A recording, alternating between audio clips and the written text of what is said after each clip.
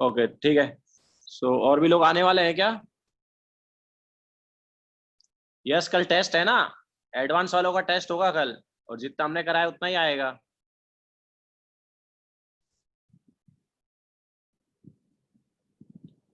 जितना last lecture में हो उतना ही।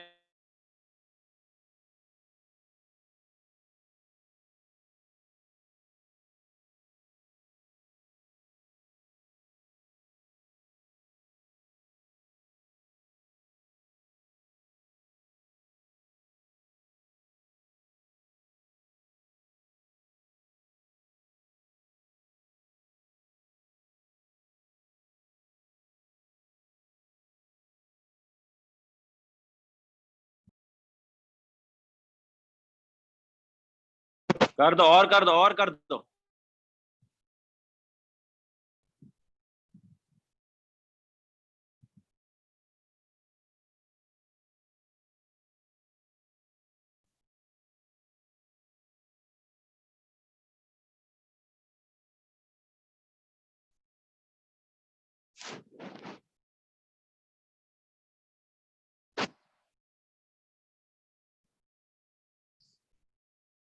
अरे बार बार एक ही क्वेश्चन क्यों पूछ रहे हो? कल टेस्ट है या नहीं? मैं बोल रहा हूँ कल टेस्ट है।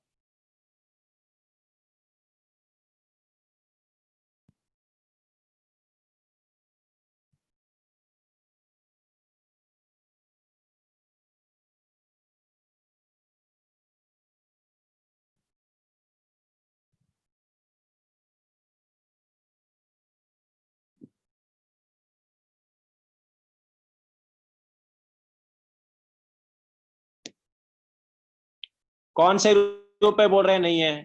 कोई किसका भी वो वेंसडे का मैसेज है, वो अभी का मैसेज नहीं है वो। उसके बाद में चेंज हुआ है वो।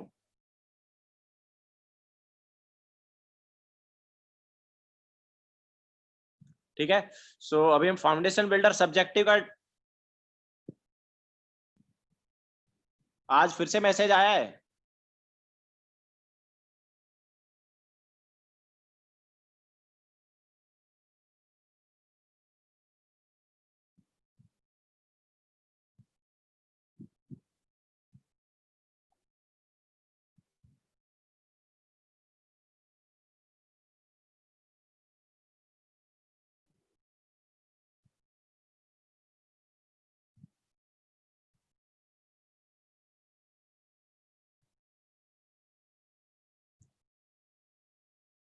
ओके चलो स्टार्ट करते हैं।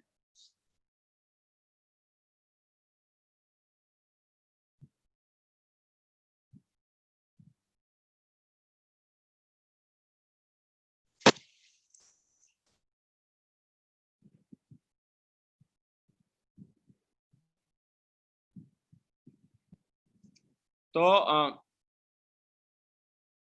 Foundation builder subjective.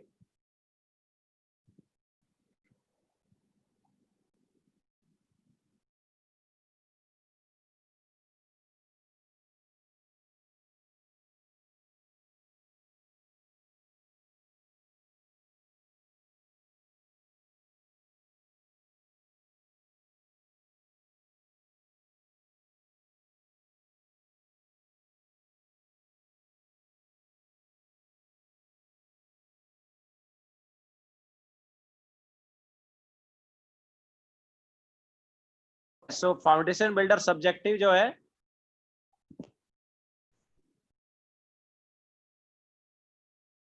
वो हम लेंगे।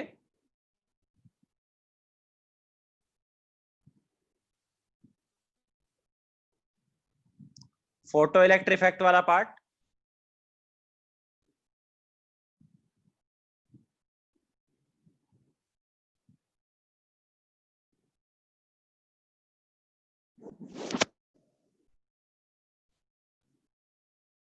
हाँ तो तनिष, दूसरा डाउट लेक्चर था तो वो भी केमिस्ट्री वाला था ना, अटेंड कर लो उसको अगर वो अटेंड करना है तो। और वो मेंस बैच के लिए था, सबके लिए नहीं था वो।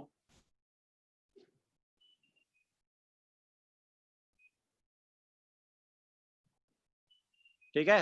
सो सब्जेक्टिव डिस्कस करते हैं।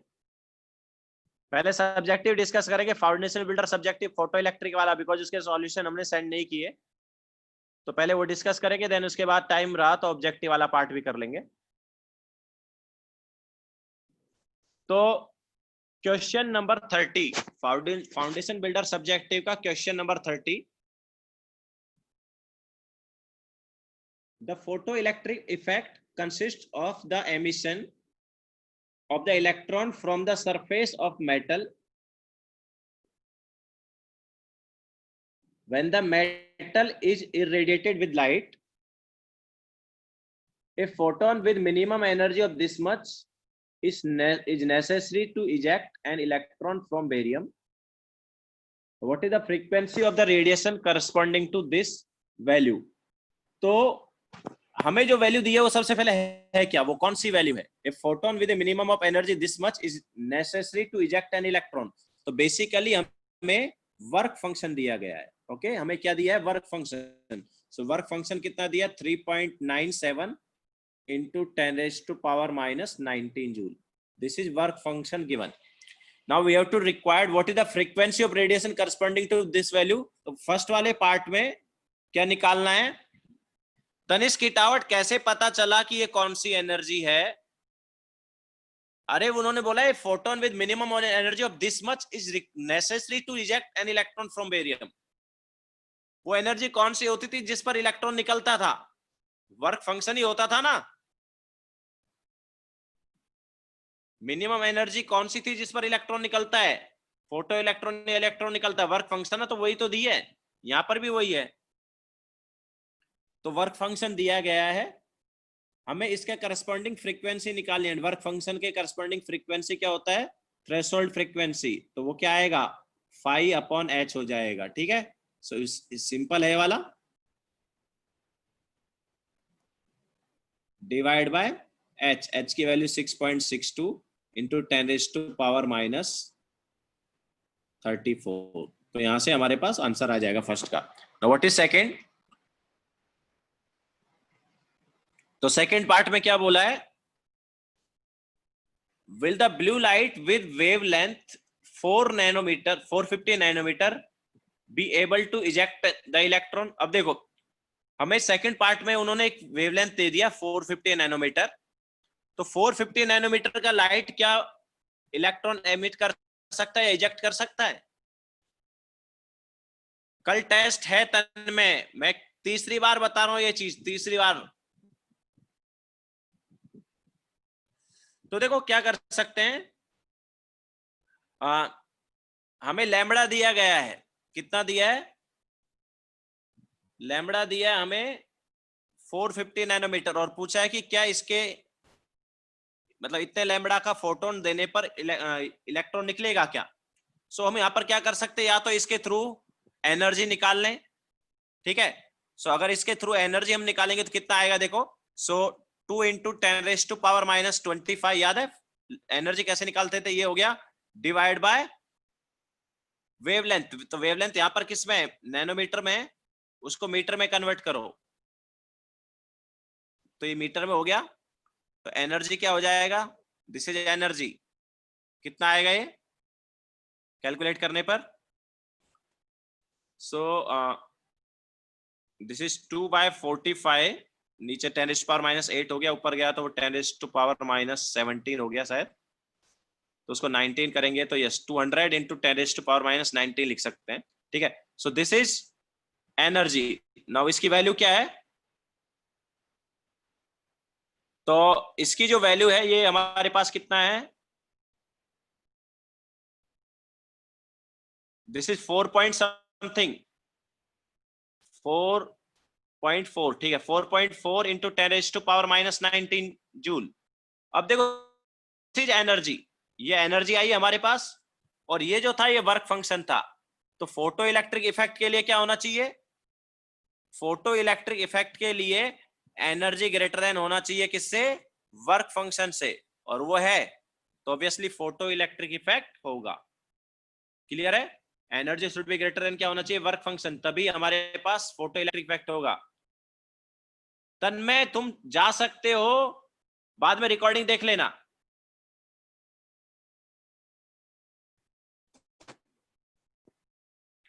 तो फोटो इलेक्ट्रिक इफेक्ट के लिए हमने क्या बताया तुम्हें? फोटो इलेक्ट्रिक इफेक्ट के लिए हमने बताया कि एनर्जी जो आई है हमारे पास वो वर्क फंक्शन से ज्यादा होनी चाहिए। बताया था कि नहीं बताया था हमने? सो हमने यहाँ पर एनर्जी निकाल लिया है, दिस इज एनर्जी, एंड ये वर्क फंक्शन से क्या आई है? दिस इज वर्क फंक्शन, तो वर्क फंक्शन से ज्यादा आई है, तो energy greater than work function मतलब फोटो इलेक्ट्रिक इफेक्ट हो जाएगा। ओके, सो सेकंड वाले में हम बोल सकते हैं कि इतना नैनोमीटर का जो लाइट है वो इलेक्ट्रॉन इजेक्ट कर देगा या इलेक्ट्रॉन निकाल देगा, या फोटो इलेक्ट्रिक इफेक्ट हो जाएगा। ठीक है, now question number 31।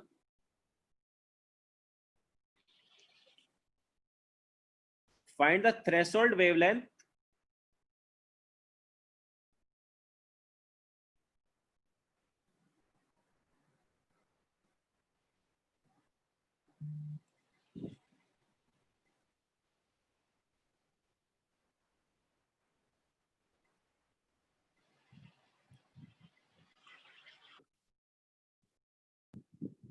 Threshold wavelength से भी कर सकते हैं, बराबर है सिद्धार्थ, तुमने जो किया थ्रेशोल्ड वेवलेंथ से कर सकते हैं।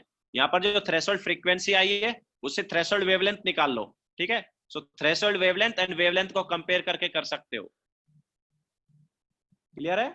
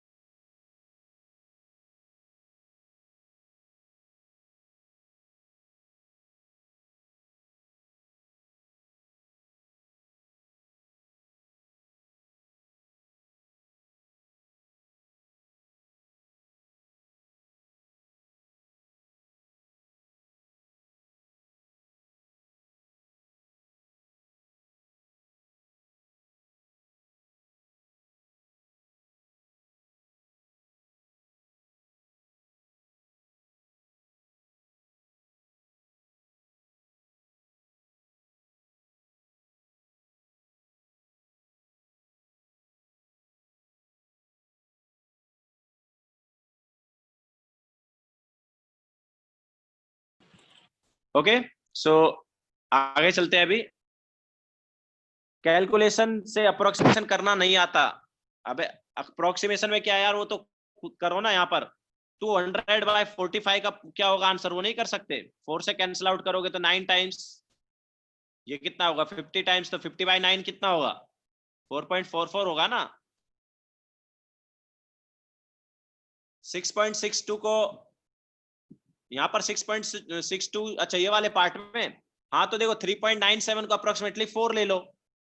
3.97 को अप्रोक्सीमेटली क्या ले लो, अगर इसमें तुम्हें अप्रोक्सीमेशन करना है तो इसको अप्रोक्सीमेटली क्या ले लो, 4 ले लो, और 6.6 को 62 को 6.6 ले लो।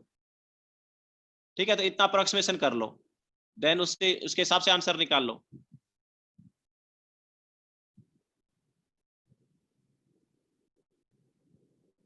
ठीक है, ऐसा कर सकते हो approximation.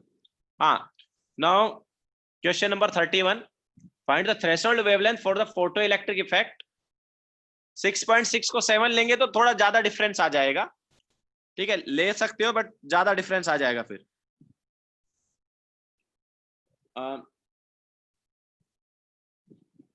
Now 31, find the threshold wavelength for the photo electric effect from A copper surface, A sodium surface and caesium surface. तीनों का हमें यहाँ पर क्या दिया है, वर्क फंक्शन दिया है। सो तीनों का वर्क फंक्शन पता है कितना है? एक का वर्क फंक्शन है 4.5 इलेक्ट्रॉन वोल्ट, तो जिसका 4.5 इलेक्ट्रॉन वोल्ट है उसका लैम्बडा क्या होगा बताओ? याद है लैम्बडा हम डायरेक्ट एंगस्ट्रॉम में निकाल सकते हैं। कैसे? HC/, लैम्बडा नॉट लिखेंगे ना इसको। वर्क फंक्शन को क्या लिखेंगे? It should be equal to HC/, lambda naught. Work function जो है वो क्या होता है, H न्यू नॉट होता है, या फिर HC/, लैम्बडा नॉट होता है, यही होता है ना वर्क फंक्शन। लेकिन यहाँ पर देखो इलेक्ट्रॉन वोल्ट में, तो या तो इलेक्ट्रॉन वोल्ट को जूल में कन्वर्ट करो एंड देन सब्स्टिट्यूट करो, या फिर एक और फॉर्मूला यहाँ पर यूज कर सकते हैं, phi in electron volt is equal to HC/लैम्बडा। याद है क्या होता था, 12400, याद आया क्या? तो वाला फॉर्मूला हम अप्लाई कर सकते हैं। H नॉट फिर किस में होगा, एंगस्ट्रॉम में होगा। ओके, सो अगर फाई को इलेक्ट्रॉन वोल्ट में रख रहे हो और लैम्बडा एंगस्ट्रॉम में, डायरेक्ट इस फॉर्मूले से निकाल सकते हो। सो लैम्बडा क्या आ जाएगा, देखो फर्स्ट वाले के लिए लैम्बडा क्या आएगा, lambda naught obviously threshold wavelength, so 12400 divide by 4.5, सो ये एंगस्ट्रॉम आ जाएगा फर्स्ट वाले में। ठीक है, इसके अलावा दूसरा वाला क्या है, 2.3 इलेक्ट्रॉन वोल्ट है। ठीक है, तो जिसका 2.3 इलेक्ट्रॉन वोल्ट है उसका क्या होगा, जिस मेटल का 2.3 इलेक्ट्रॉन वोल्ट है उसका क्या होगा, तो उसका लैम्बडा नॉट हो जाएगा 12400 डिवाइड बाय 2.3 एंगस्ट्रॉम। ठीक है, और तीसरे का कितना दिया हमें lambda, sorry work function 1.9 electron volt, तो 1.9 इलेक्ट्रॉन वोल्ट उसका वर्क फंक्शन है, तो उसका भी क्या निकाल सकते हैं, उसका भी हम लैम्बडा नॉट निकाल सकते हैं। तो 12400 डिवाइड बाय 1.9,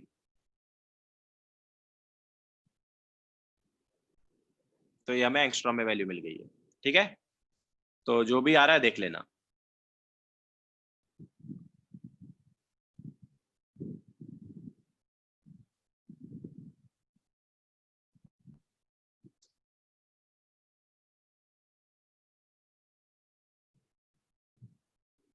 तनिष्क के टावर्ड सर डाउट है एक, ई वर्सेज ये वर्क फंक्शन है ना, ई वर्सेज वर्क फंक्शन क्या है, आदित्य जी क्या पूछ रहे हैं, सर कल का टेस्ट का कंफर्मेशन है ना, मैं अभी ज्वाइन हुआ, हाँ कल टेस्ट है।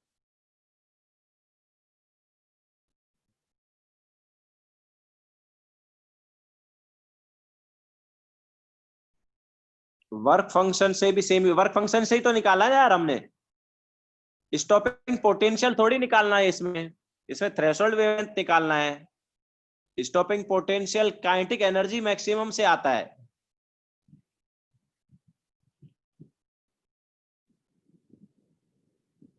ठीक है,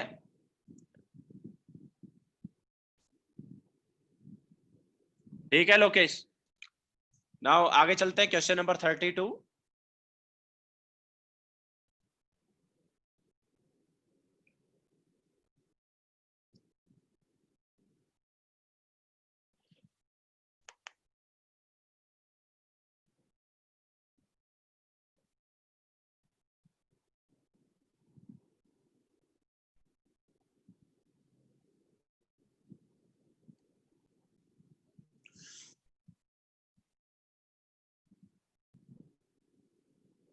फोटो इलेक्ट्रिक इफेक्ट तक सब आएगा, तो फोटो इलेक्ट्रिक इफेक्ट से पहले हमने हाइजेनबर्ग पढ़ाया था, तो वो भी आएगा ऑब्वियसली। आज तक जो हम पढ़ा रहे हैं सब आने वाला है। हाँ, now question number 32, energy required to stop the ejection of electron from copper plate is 0.24 electron volt. Energy required to stop the ejection, energy required to stop the ejection of electron from Cu plate is 0.24 electron volt. तो वो बोल रहा है कि electron को निकलने से रोकने के लिए 0.24 इलेक्ट्रॉन वोल्ट एनर्जी रिक्वायर्ड है। ओके, सो एक्चुअली कितना एनर्जी रिक्वायर्ड होगा, जितना काइनेटिक एनर्जी मैक्सिमम रहा होगा ना, उतना ही एनर्जी इलेक्ट्रॉन को रोकने के लिए रिक्वायर्ड होगा, क्योंकि कितने मतलब इलेक्ट्रॉन जो हमारे पास थे वो इतने काइनेटिक एनर्जी से निकल रहे थे, तो उनके अगर उन्हें हमें निकलने से रोकना है तो इतना एनर्जी क्या करना पड़ेगा, in terms of stopping potential apply करना पड़ेगा। या मैं बोल रहा हूँ कि ऐसे इलेक्ट्रॉन निकल रहे हैं इस एनर्जी से, याद रखो, देखो इतनी एनर्जी हमारे पास इलेक्ट्रॉन निकल रहे हैं, तो उसके अगेंस्ट हमें इतना ही हमें क्या करना पड़ेगा, वर्क करना पड़ेगा। जितनी एनर्जी थी ना उतना ही क्या करना पड़ेगा, वर्क करना पड़ेगा। जैसे हम इसको ऐसे बोलोगे यार एक बंदा आ रहा है, वो इतनी एनर्जी से दौड़ के आ रहा है, उसको तुम्हें रोकना है, तो ऐसे इधर धक्का मारो, उसको क्या मारो, वापस धक्का मारो। कितनी एनर्जी से धक्का मारो, जितनी एनर्जी से ये आ रहा है उतनी एनर्जी से क्या मार दोगे, धक्का मार दोगे, तो फिर आएगा नहीं ना, समझ आया कि नहीं आया। तो कितनी एनर्जी देनी पड़ रही है, 0.24 इलेक्ट्रॉन वोल्ट एनर्जी देनी पड़ रही है, मतलब उसकी उस इलेक्ट्रॉन की काइनेटिक एनर्जी भी इतनी रही होगी। ओके, जिस जिस काइनेटिक एनर्जी से वो इलेक्ट्रॉन आ रहा था उतना ही एनर्जी हमें उसे क्या करना पड़ेगा, अप्लाई करना पड़ेगा ना, जिससे कि इलेक्ट्रॉन ना निकले।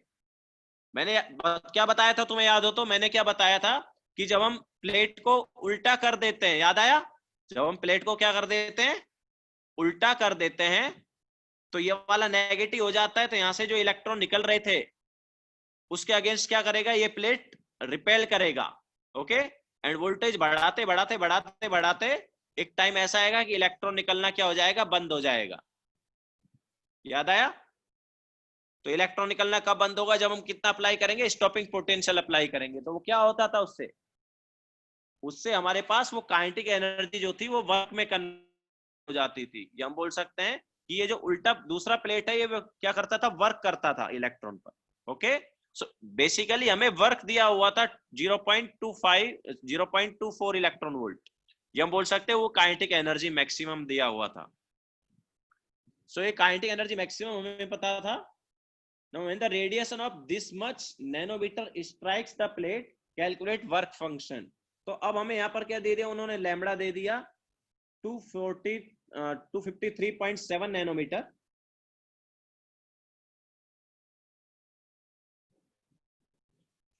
सर उसका हमेशा मैक्सिमम क्यों बोलते हैं सर? सिर्फ काइनेटिक एनर्जी नहीं बोल सकते क्या? लोकेश, कल भी मैंने वो लेक्चर में बताया था कि एक्चुअली हमारे पास जब इलेक्ट्रॉन निकलने वाले होते हैं, ये जैसे सरफेस है, तो सरफेस से जो इलेक्ट्रॉन निकलने वाला है ना, वो बहुत सारे इलेक्ट्रॉन निकलेंगे, ऐसा नहीं कि एक इलेक्ट्रॉन। अगर मैं यहाँ पर 2 फोटोन दूंगा ना, थ्रेशोल्ड वेवलेंथ से ज्यादा के 2 फोटोन, अगर हमने इसको थ्रेशोल्ड फ्रीक्वेंसी से ज्यादा के 2 फोटोन दिए, तो 2 इलेक्ट्रॉन निकलेंगे। लेकिन दोनों इलेक्ट्रॉन का काइनेटिक एनर्जी जो है वो सेम हो, ऐसा जरूरी नहीं है। जो सरफेस के पास वाला होगा उसका काइनेटिक एनर्जी ज्यादा होगा, और सरफेस के अंदर मतलब से दूर जो होगा उसका काइनेटिक एनर्जी क्या होगा, कम होगा। ओके, तो हम ये फॉर्मूला किसके लिए लगा रहे हैं, हम ये सरफेस के पास वाले के लिए फॉर्मूला लगा रहे हैं। तो काइनेटिक एनर्जी जो है वो 0 से मैक्सिमम के बीच में रहेगी, जो इलेक्ट्रॉन निकलेंगे उनकी। किसी की काइनेटिक एनर्जी 0 भी आ सकती है।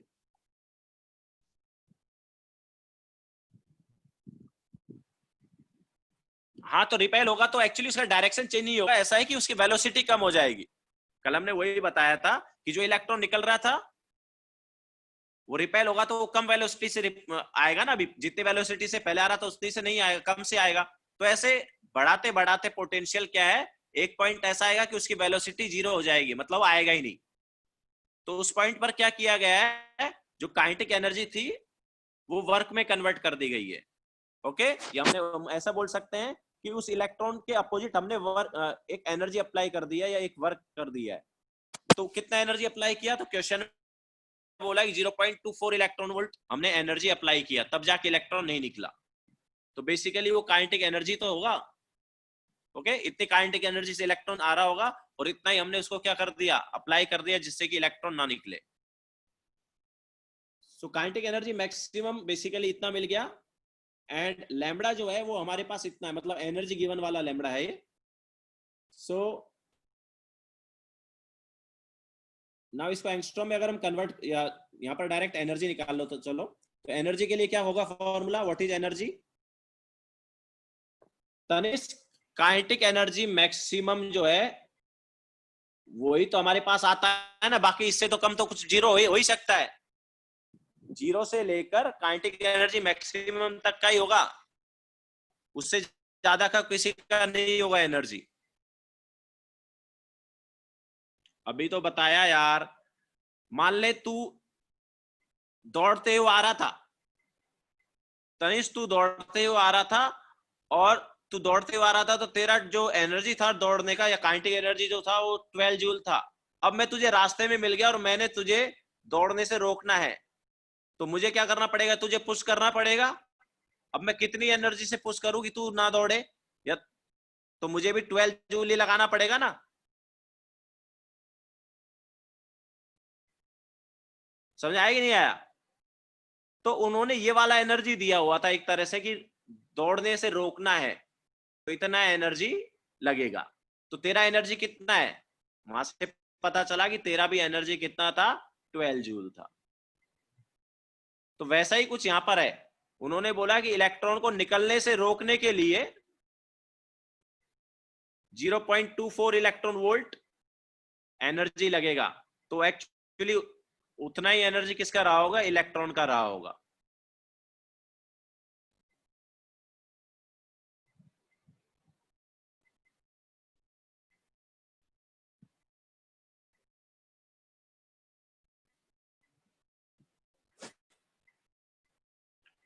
ऑब्वियसली इससे कम एनर्जी अगर हम लगाएंगे तो इलेक्ट्रॉन निकल जाएगा।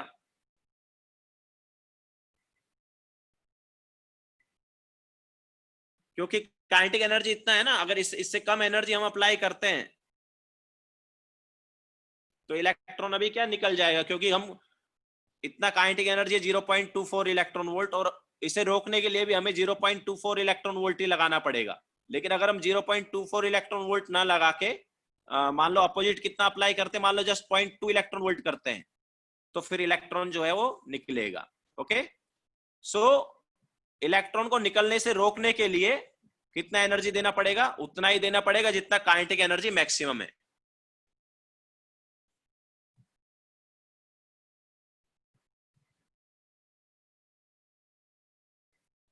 तो अब देखो ये एनर्जी, ये लैम्बडा है हमारे पास 253.7 नैनोमीटर।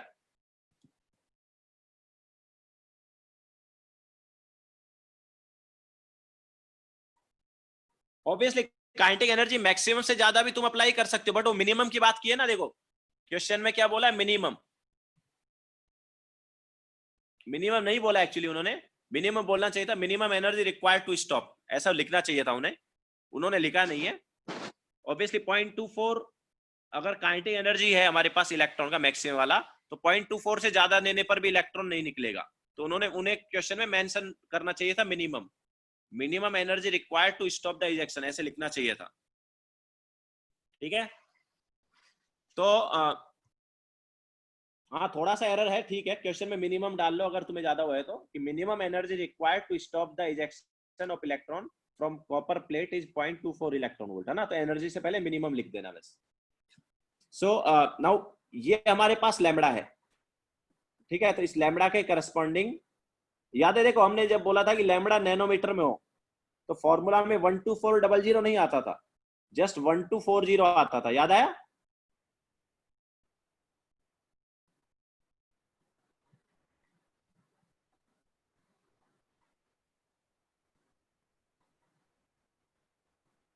तनिष्क किटावट,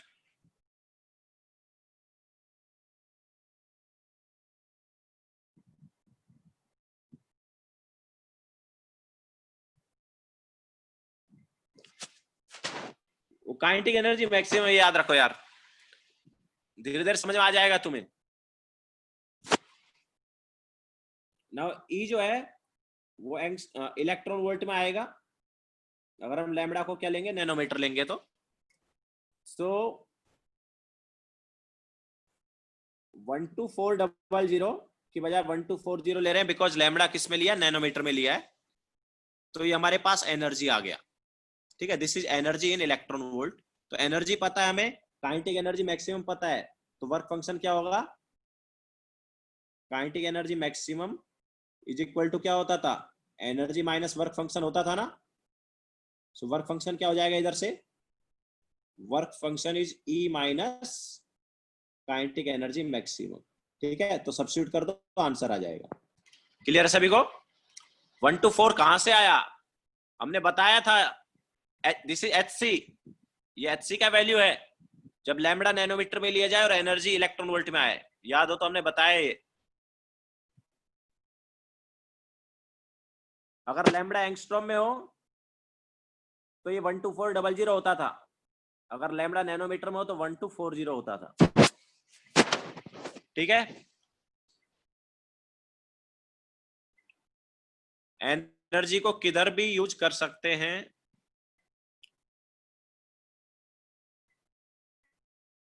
पिकोमीटर में अगर होता तो फिर 2 जीरो और बढ़ जाते, पिकोमीटर में अगर होता, वैसे होगा नहीं, जनरली नैनोमीटर और एंगस्ट्रॉम में ही होगा, पिकोमीटर में अगर होता तो हमारे पास ये आता।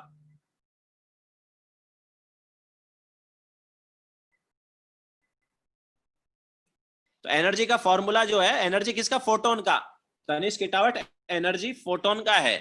ओके, सो फोटोन का एनर्जी hc बाय लैम्बडा, जब भी फोटोन दिया जाएगा तो उसका एनर्जी hc बाय लैम्बडा ले सकते हो, और एच सी बाई लैम्बडा जो है उसके अलग अलग फॉर्म भी है यहाँ पर, एनर्जी जूल में है, इलेक्ट्रॉन वोल्ट में, उसके हिसाब से। नाउ क्वेश्चन नंबर 33,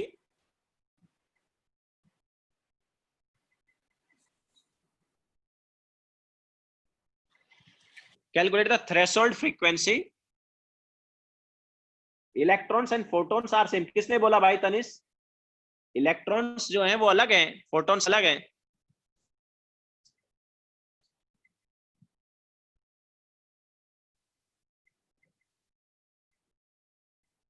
तो क्वेश्चन में कहा दिया है, क्या बात कर रहा है यार, लैम्बडा दिया ना, when radiation of lambda equal to 253.7 nanometre, when lambda of when radiation of lambda equal to 253.7 nanometre जो लिखा है वो क्या दिया है? वो फोटोन का ही दिया है।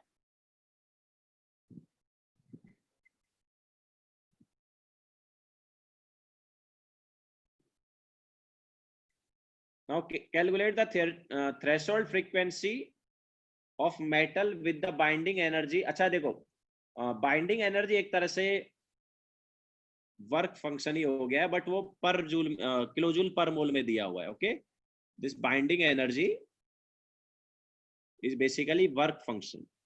यहाँ पर बाइंडिंग एनर्जी भी का मतलब वही है कि इलेक्ट्रॉन निकालने के लिए कितना एनर्जी रिक्वायर्ड होगा। So this binding energy is nothing but work function. लेकिन इसका जो वैल्यू है वो हमें 1 मोल के लिए दिया हुआ है, एक एटम के लिए नहीं दिया। कितने के लिए दिया है? मेटल के 1 मोल के लिए दिया है। तो पहले हमें एक एटम का निकालना पड़ेगा कितना है। बाइंडिंग एनर्जी का मतलब भी वही है कि इलेक्ट्रॉन को निकालने के लिए कितना एनर्जी रिक्वायर्ड है। ओके, बाइंडिंग एनर्जी का मीनिंग वही होता है, energy required to remove electron.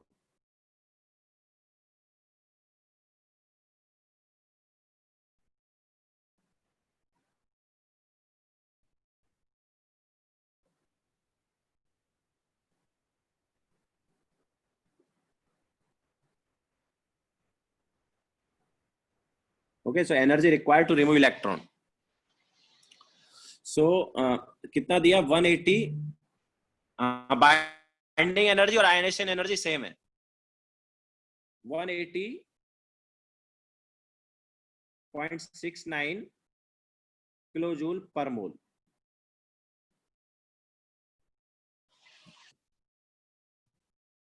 तो 180.69 इंटू 10⁻³ ये हो गया जूल पर मोल।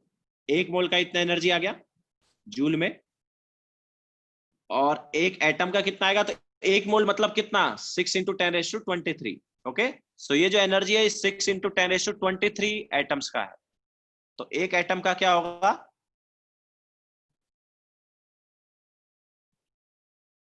Divide by 6 × 10⁻23। ओके, ये एनर्जी हो जाएगा एक एटम का। तो हमें बेसिकली क्या मिल गया? वर्क फंक्शन मिल गया ना। वर्क फंक्शन पता है क्या निकालना है? थ्रेशोल्ड फ्रीक्वेंसी निकालना है। तो थ्रेशोल्ड फ्रीक्वेंसी कैसे आएगा? Nu naught is equal to क्या होगा? Phi upon h. तो फाई हमें मिल गया, उसको एच से डिवाइड कर दो।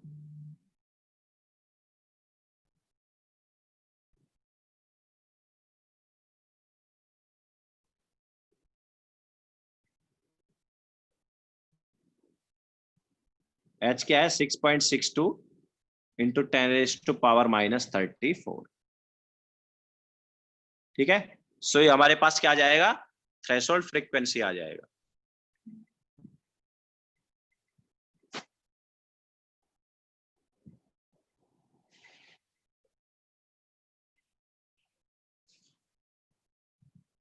क्योंकि ये वर्क फंक्शन यार एक एटम का ही होता है ना, एक फोटो एक एटम के लिए ही है वो चीज। हम एक एटम को कितना एनर्जी जो दिया होता है ना, मैं वर्क फंक्शन जो दिया होता है 0.24 इलेक्ट्रॉन वोल्ट, या जो भी दिया है वो पर एटम ही होता है।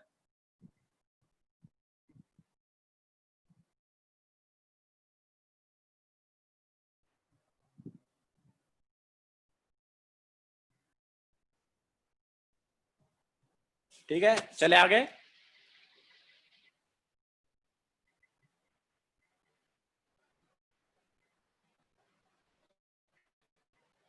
हाँ, वो 10⁻³ है ऊपर।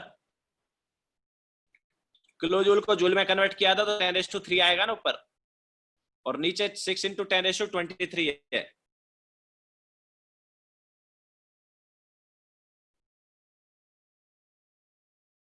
ओके, क्लियर है सबको?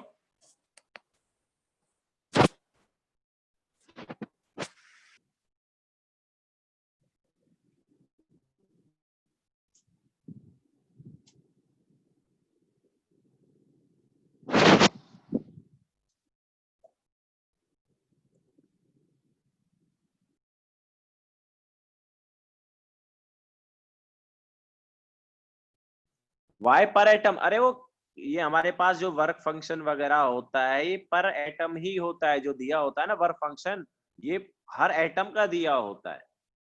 ओके, वर्क फंक्शन जो है पर एटम होता है। Energy required to remove electron from one atom होता है वो। ओके,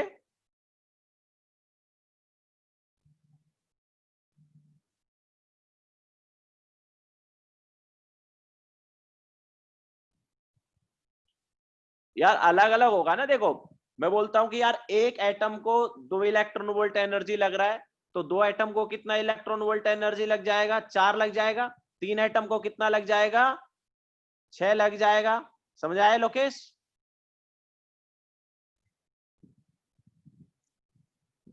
आयनाइजेशन एनर्जी एक्चुअली क्या है, वो जनरली आयनाइजेशन एनर्जी को हम पर मोल डिफाइन करते हैं, एक एटम का नहीं डिफाइन करते, पर मोल का डिफाइन करते हैं।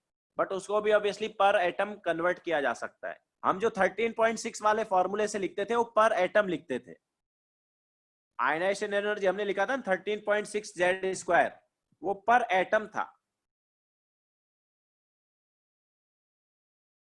इतने सारे फॉर्मूले कैसे करेंगे यार, अभी तो एक ही चैप्टर है, अभी तो बहुत सारे चैप्टर बचे हुए हैं।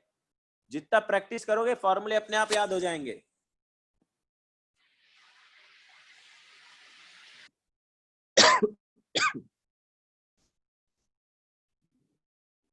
तो एक्चुअली बाइंडिंग एनर्जी भी पर मोल हो सकती है, आयनाइजेशन एनर्जी भी पर मोल हो सकती है। ठीक है,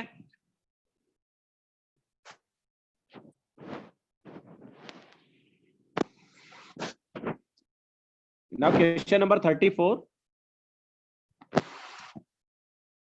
calculate the minimum and maximum kinetic energy in electron volt of photo electrons produced in caesium by this much nanometre light. तो हमें लैम्बडा जो है वो दिया 400 नैनोमीटर, एंड मैक्सिमम वेवलेंथ, वो बेसिकली क्रिटिकल मैक्सिमम वेवलेंथ जो है वो थ्रेशोल्ड वेवलेंथ है। क्रिटिकल मैक्सिमम वेवलेंथ मतलब थ्रेशोल्ड वेवलेंथ, वो दिया है 660 नैनोमीटर। याद है थ्रेशोल्ड वेवलेंथ से कम पर ही फोटो इलेक्ट्रिक इफेक्ट होता था। तो बोल रहे कि minimum and maximum kinetic energy क्या आएगी। तो देखो क्या है, अब यहां पर हम बोलेंगे यार बिफोर अप्लाइंग 2 वोल्ट,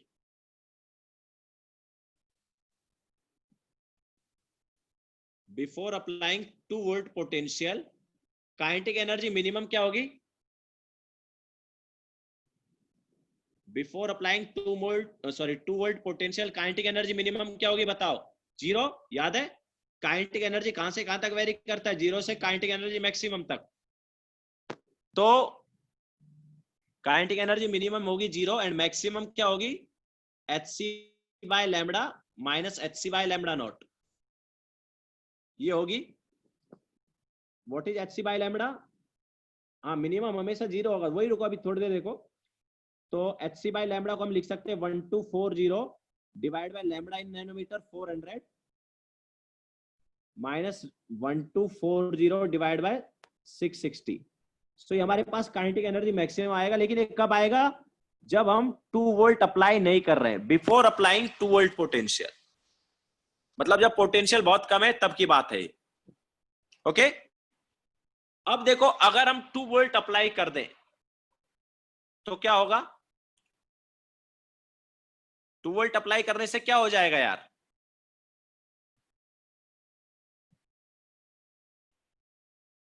तो देखो 2 वोल्ट अप्लाई करने से क्या होगा, ये हमारे पास सेटअप है,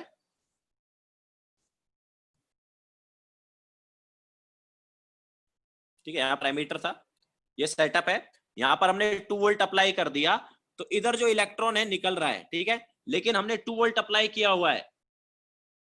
तुम्हें अगर याद हो तो क्या होता था कि अगर हमारे पास कोई चार्ज Q है, उसको हम कुछ वोल्टेज दे दें, तो काइनेटिक एनर्जी क्या हो जाती थी, Q इंटू V हो जाती थी। याद आया क्या?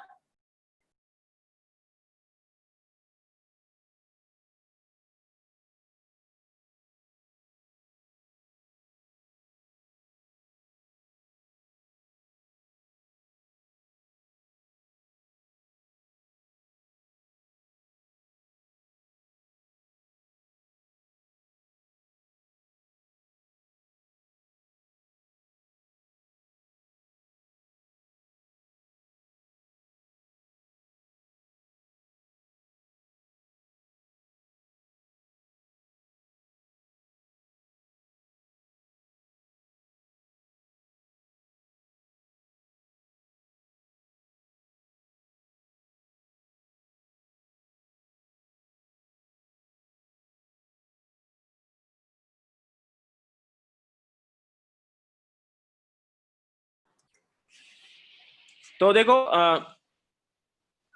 हमारे पास काइनेटिक एनर्जी क्या आ जाती थी, Q इंटू V आती थी, याद है?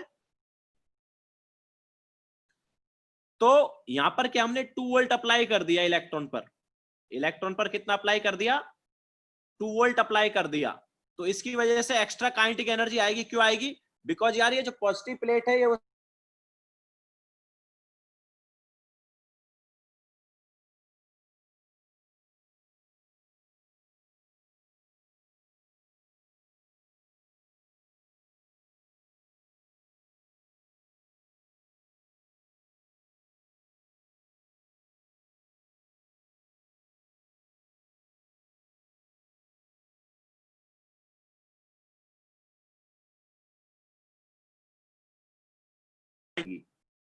तो कितनी हो जाएगी ये?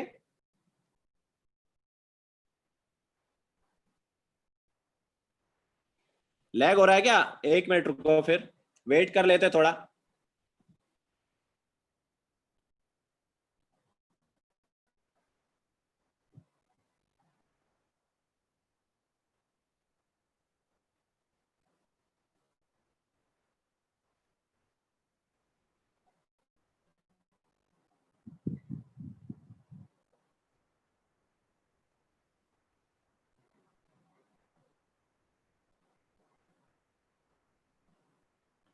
आई क्या आवाज बराबर?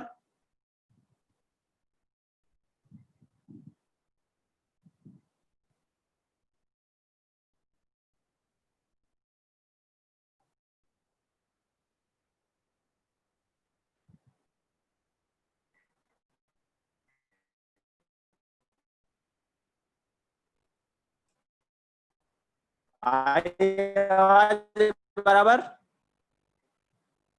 ओके, तो मैं ये बोल रहा हूं कि हम जब पोटे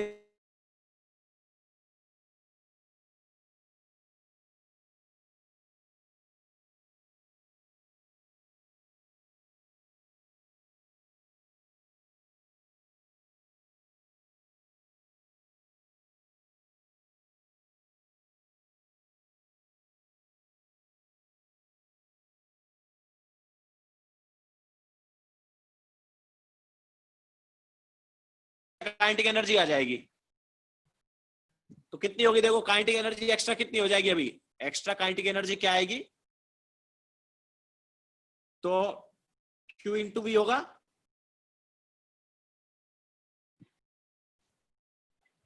Q into V kinetic energy हो जाएगा। Q क्या है? 1.6 इंटू 10⁻⁻19 एंड वोल्टेज कितना दिया है? 2, तो ये जूल में होगा। इसको अगर हम इलेक्ट्रॉन वोल्ट में कन्वर्ट करेंगे तो वापस 1.6 इंटू 10⁻⁻19 से मल्टीप्लाई करेंगे, सॉरी डिवाइड करेंगे जूल से इलेक्ट्रॉन वोल्ट में कन्वर्ट करने के लिए, तो कितना इलेक्ट्रॉन वोल्ट हो गया ये हो गया 2 इलेक्ट्रॉन वोल्ट। तो अभी हमारे पास इतना काइनेटिक एनर्जी एक्स्ट्रा आने वाला है, मतलब पहले काइनेटिक एनर्जी मिनिमम जो है 0 था ना, तो अभी काइनेटिक एनर्जी मिनिमम क्या हो जाएगा, 2 + 0 that is 2 electron volt. And kinetic energy maximum क्या हो जाएगा?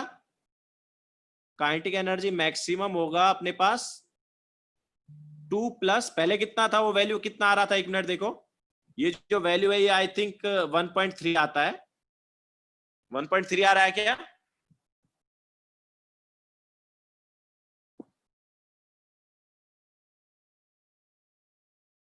1.23 है, तो ये वैल्यू 1.23 आ रहा था, तो उतना और बढ़ जाएगा, 2 और बढ़ जाएगा, तो 2 प्लस 1.23 कितना हो जाएगा? 3.23 हो जाएगा।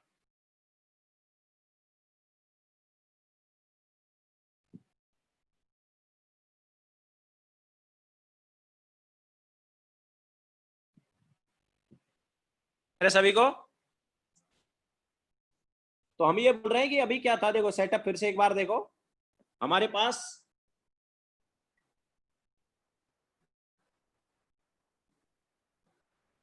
ऐसा सेटअप था ना, ये माइनस ये प्लस, और यहां पर हम क्या डाल रहे हैं, लाइट डाल रहे हैं। तो अभी देखो इधर से जो इलेक्ट्रॉन निकलने वाला है, इधर से जो इलेक्ट्रॉन निकलने वाला है, वो इलेक्ट्रॉन क्या है, वो इलेक्ट्रॉन इससे क्या होगा, इस प्लेट को अपनी साइड क्या करेगा, पुल करेगा, मतलब पुल इलेक्ट्रॉन, सॉरी प्लेट जो है वो इलेक्ट्रॉन को अपनी साइड क्या करेगी, पुल करेगी। तो ये हमारे पास 2 वोल्ट का है, कितने का है, 2 वोल्ट का। तो पहले जितनी वेलोसिटी से आ रहा था उससे ज्यादा वेलोसिटी से भी आएगा ना। अगर हम यहाँ पर वोल्टेज बहुत कम रखते हैं, 0 वोल्टेज के अराउंड रखते हैं, तो किसी पर्टिकुलर वेलोसिटी से आ रहा है, बट 2 वोल्ट रखने पर पहले से ज्यादा वेलोसिटी हो जाएगी इलेक्ट्रॉन की, बिकॉज ज्यादा पुल करेगा अपनी साइड, तो ज्यादा वेलोसिटी होगी तो ज्यादा काइनेटिक एनर्जी भी आएगी। तो कितनी काइनेटिक एनर्जी आ जाएगी, एक्स्ट्रा Q इंटू वी। याद है किसी चार्ज पार्टिकल को V वोल्टेज जब दे देते हैं तो काइनेटिक एनर्जी क्या हो जाती थी, Q इंटू वी हो जाती थी ना, याद आया क्या? तो ऑब्वियसली यहां पर हमने क्या कर दिया, वोल्टेज भी दे दिया है, जो इलेक्ट्रॉन निकल रहा है उस इलेक्ट्रॉन को वोल्टेज भी दे दिया, कितना वोल्ट दे दिया, 2 वोल्ट। तो इतना काइनेटिक एनर्जी हमारे पास एक्स्ट्रा आ जाएगा।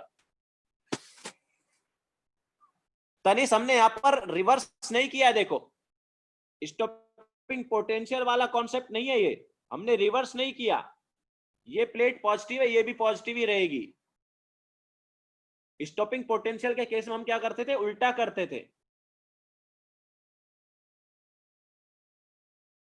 काइनेटिक एनर्जी मिनिमम जो है 0 कब होता था, जब हम यहां पर पोटेंशियल बहुत कम रखते हैं। और वो किसका आता था, मिनिमम काइनेटिक एनर्जी किसका आता था, ये उस इलेक्ट्रॉन का आता था जो जो सरफेस पर आया है। ओके, जो जो सरफेस पर आया आता था इलेक्ट्रॉन, उसका काइनेटिक एनर्जी पहले 0 होता था, बट अभी जो सरफेस पर आया है वो वाला इलेक्ट्रॉन को पॉजिटिव प्लेट अपनी साइड क्या कर लेगा, पुल कर लेगा।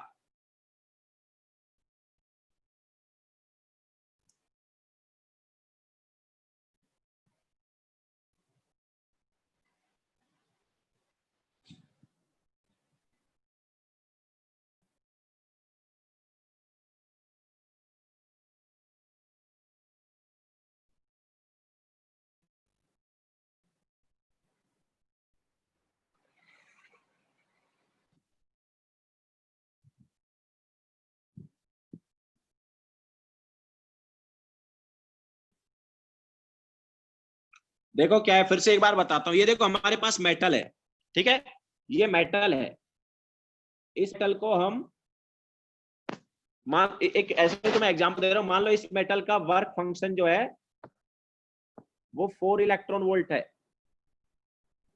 ठीक है। तो हमारे पास अलग अलग इलेक्ट्रॉन है, अलग अलग इलेक्ट्रॉन है, उनका कुछ एनर्जी है। तो यहां पर एक इलेक्ट्रॉन है सरफेस से इतना दूर, उसको सरफेस तक आने के लिए 4 इलेक्ट्रॉन वोल्ट एनर्जी चाहिए।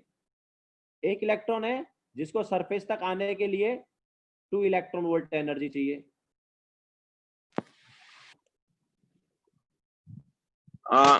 नहीं, एक मिनट रुको, 2 इलेक्ट्रॉन फिर तो वही हो जाएगा, वर्क फंक्शन 2 है ना, हाँ। तो एक इलेक्ट्रॉन को आने के लिए 4 चाहिए, एक इलेक्ट्रॉन को सरफेस तक आने के लिए 6 इलेक्ट्रॉन वोल्ट एनर्जी चाहिए, ठीक है।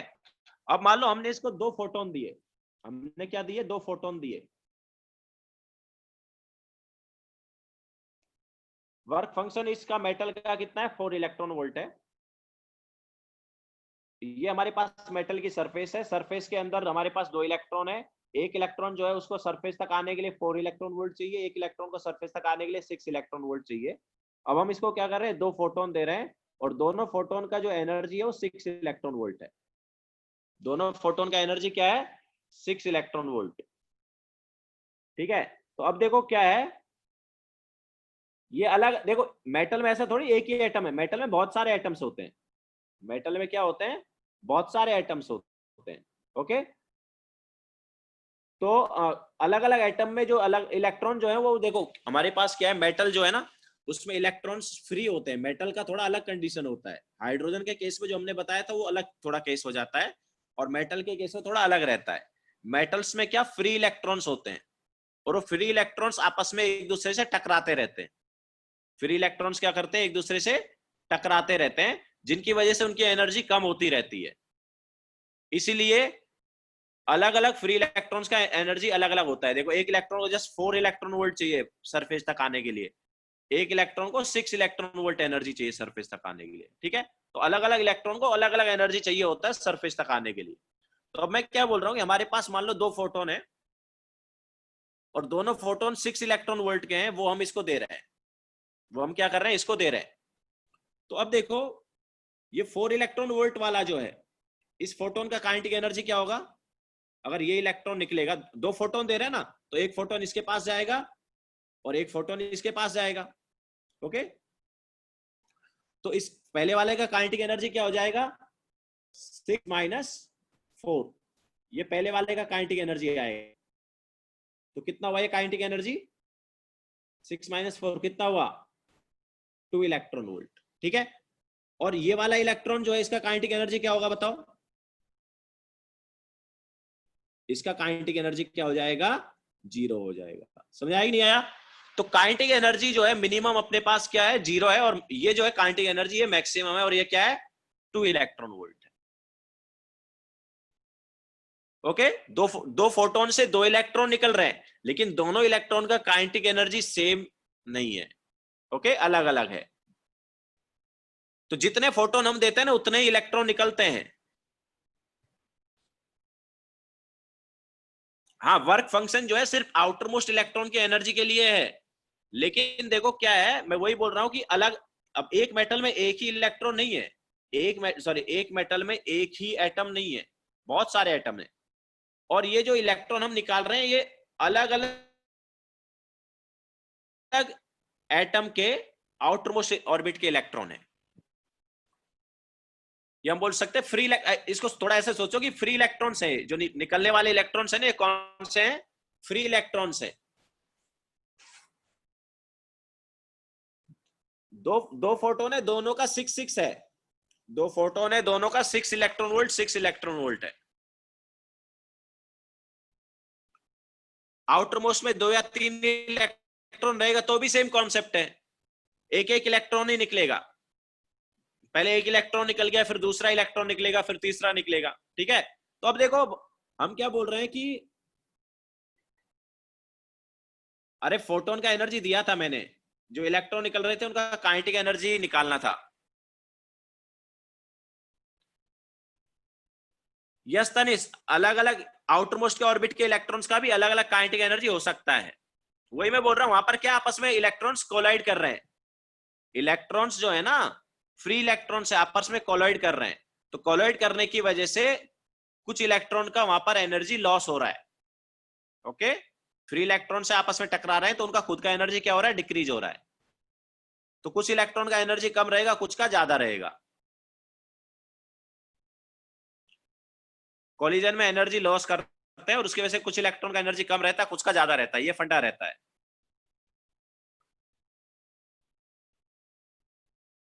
तो अब यहां पर देखो हमने क्या बोला है कि एक इलेक्ट्रॉन जो है उसका 2 इलेक्ट्रॉन वोल्ट एनर्जी आया और एक का सॉरी काइनेटिक एनर्जी 0 आया। ठीक है, सो 0 से 2 इलेक्ट्रॉन वोल्ट के बीच में काइनेटिक एनर्जी क्या कर रहा है, वेरी कर रहा है।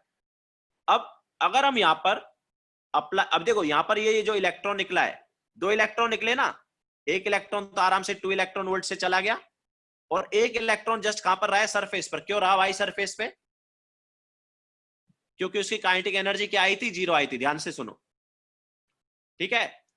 तो जिसकी काइनेटिक एनर्जी 0 आई थी वो सरफेस पर है, और बाकी इलेक्ट्रॉन निकल गए। अब अगर हम यहां पर पोटेंशियल अप्लाई कर दें, एक्सेलरेटिंग पोटेंशियल, एक्सेलरेटिंग पोटेंशियल मतलब जो फेवर करेगा, ओके। अब हम यहां पर क्या अप्लाई कर दें, एक्सेलरेटिंग पोटेंशियल अप्लाई कर दें, मतलब कि वो फेवर करने वाला है। तो ये प्लेट पॉजिटिव वाला है, तो पॉजिटिव प्लेट है, तो ये सरफेस वाले इलेक्ट्रॉन को भी अपनी साइड क्या कर लेगा भाई, पुल करेगा कि नहीं करेगा, बताओ। अगर हम यहां पर पोटेंशियल अप्लाई कर देंगे, अभी एक्सेलरेटिंग पोटेंशियल मतलब कि जो फेवर करेगा, और डिसलरेटिंग मतलब जो अपोज करेगा, ठीक है। तो अगर हम यहां पर पोटेंशियल अप्लाई कर देंगे, तो सरफेस वाला इलेक्ट्रॉन जो है ना, वो भी अभी क्या है, यहां तक आ जाएगा, ओके। तो उसकी काइनेटिक एनर्जी पहले 0 आ रही थी सरफेस वाले की, लेकिन अभी उसकी काइनेटिक एनर्जी भी आ जाएगी। तो वो जो एक्स्ट्रा काइनेटिक एनर्जी वो कौन सी है, वो जितना हमने पोटेंशियल अप्लाई किया है उसके करस्पॉन्डिंग वाली एक्स्ट्रा है। क्लियर है कि नहीं है? तो हम जो पोटेंशियल एक्स्ट्रा अप्लाई कर रहे हैं उसकी वजह से एक्स्ट्रा काइनेटिक एनर्जी आ जाएगी। एक्सेलरेटिंग पोटेंशियल है, याद रखना। ये डिसलरेटिंग नहीं है। डिसलरेटिंग कौन सा था, जो स्टॉपिंग पोटेंशियल हम ले रहे थे ना, वो डिसलरेटिंग था। वहां पर हम क्या कर रहे थे, वहां पर ये रिवर्स करके अप्लाई कर रहे थे। वहां पर मतलब ऐसा था, ओके, वहां पर ऐसा था, याद हो तो वहां पर क्या है, वो अपोज करता था, ओके। वहां पर क्या था, नेगेटिव होता था ये प्लेट, तो नेगेटिव प्लेट क्या करता था, अपोज करता था। तो स्टॉपिंग पोटेंशियल वाले केस में हमने पोलर रिवर्स कर दिया था, ओके। तो उसके केस में काइनेटिक एनर्जी कम हो जाती है।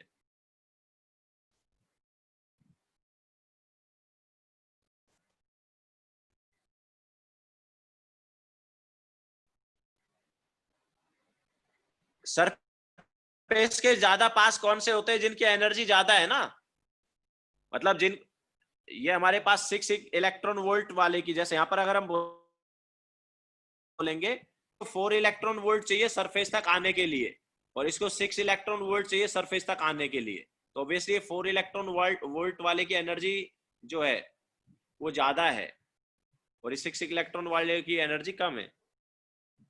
ये रिक्वायर्ड एनर्जी है सरफेस तक आने के लिए, इनकी खुद की एनर्जी जो है वो अलग रहेगी।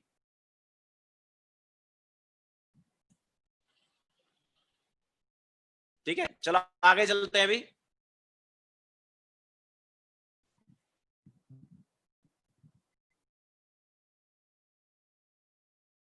मेनली मैंने डाउट लेक्चर इसी क्वेश्चन के लिए लिया था, क्योंकि इस क्वेश्चन में एक्स्ट्रा पोटेंशियल वगैरह है, उसकी वजह से एक्स्ट्रा चीजें आ जाती हैं, इसलिए मैंने मेनली डाउट लेक्चर आज का अरेंज किया था। क्वेश्चन नंबर 34 के लिए अरेंज किया गया था वो। बाकी क्वेश्चन फिर भी थोड़ा ट्राई कर सकते थे, इसमें थोड़ा मेन था। हाँ, now question number 35। A stationary helium positive ion emitted a photon corresponding to first line of Lyman series. So a stationary helium positive ion emitted a photon corresponding to first line of Lyman series. First line of Lyman series मतलब 2 से 1, this is first line ना। तो इसके corresponding हमारे पास क्या है, photon emit हुआ है। तो कितना एनर्जी एमिट हुआ बताओ, सेकंड और फर्स्ट ऑर्बिट का एनर्जी डिफरेंस क्या है बताओ। एनर्जी एमिटेड क्या होगा, इलेक्ट्रॉन सेकंड से 1 में जंप किया तो एनर्जी कितना एमिट होगा, या कितने एनर्जी का फोटोन निकला। हाइड्रोजन के लिए 10.2 होता था, हाइड्रोजन नहीं है, यहाँ पर क्या है, हीलियम पॉजिटिव है। हीलियम पॉजिटिव के लिए क्या करोगे, मल्टीप्लाई बाय जेड स्क्वायर, याद है कि नहीं है। सो 10.2 इंटू जेड स्क्वायर, जेड कितना है, जेड की वैल्यू 2 है, तो 2 का स्क्वायर। सो ये हमारे पास आ गया 40.8 इलेक्ट्रॉन वोल्ट। तो क्या हुआ है, हीलियम पॉजिटिव जो है उसका इलेक्ट्रॉन 2 से 1 में जंप किया है, तो 40.8 इलेक्ट्रॉन वोल्ट का एनर्जी एमिट हो गया है। अब देखो अब आगे क्या किया गया, ये जो एमिटेड एनर्जी है किसका है, ऑब्वियसली फोटोन का है ना। फोटोन एमिट हुआ है या क्वांटम एमिट हुआ होगा, तो उसका 40.8 इलेक्ट्रॉन वोल्ट है। अब ये एनर्जी कहां गया, देखो, the photon liberated A photo electron from a stationary hydrogen orbit in ground state. तो यहां से जो ये फोटोन निकला है ये जाके गिरा हाइड्रोजन पे। ये किसके ऊपर जाके गिरा? हाइड्रोजन पे। और हाइड्रोजन पे जाके गिरा तो हाइड्रोजन का इलेक्ट्रॉन जो है वो निकल जाएगा। क्यों? क्योंकि फाई जो है वर्क फंक्शन अगर हम बोलेंगे ऑफ हाइड्रोजन क्या है बताओ? फाई ऑफ हाइड्रोजन क्या है बताओ? हाइड्रोजन के केस में वर्क फंक्शन कितना होगा? 13.6 electron volt. Okay, so hydrogen का एक तरह से वर्क फंक्शन हो गया। तो अब हाइड्रोजन को हम इतना एनर्जी दे रहे हैं, कितना? 40.8 इलेक्ट्रॉन वोल्ट। हाइड्रोजन को 40.8 इलेक्ट्रॉन वोल्ट एनर्जी दे रहे हैं और हाइड्रोजन का वर्क फंक्शन कितना है? 13.6। What is work function? Basically energy required to remove electron. तो हाइड्रोजन के लिए वो वैल्यू क्या होती थी? 13.6 होती थी, याद हो तो। तनिष्क की टावट नोट्स रिवाइज करो, याद नहीं है तो काइनेटिक एनर्जी क्या हो जाएगा बताओ? एक ही इलेक्ट्रॉन है तो ऑब्वियसली काइनेटिक एनर्जी मैक्सिमम लिख देंगे उसको। मैक्सिमम लिखने की वैसे जरूरत नहीं, बिकॉज एक ही इलेक्ट्रॉन है तो उसकी तो यही आएगी और कोई इलेक्ट्रॉन है ही नहीं। तो कितना होगा kinetic energy? Energy given minus work function. Energy हमने कितना दिया हाइड्रोजन के एटम को? 40.8 इलेक्ट्रॉन वोल्ट दिया। तो 40.8 माइनस 13.6, ठीक है, that is 27.2 electron volt. Clear है सभी को?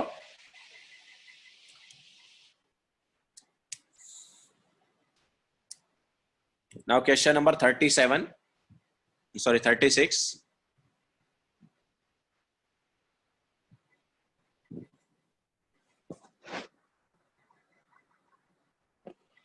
सो 36 में क्या है? अच्छा, वेलोसिटी निकालना था क्या? ओ सॉरी, वेलोसिटी निकालना था। तो और क्या पढ़ बेलने पड़ेंगे इसमें। वेलोसिटी निकालना है तो क्या करना पड़ेगा? Half mv square is equal to, ये इलेक्ट्रॉन वोल्ट वाले को कन्वर्ट करेंगे जूल में, क्योंकि हाफ mv स्क्वायर जूल में होता है।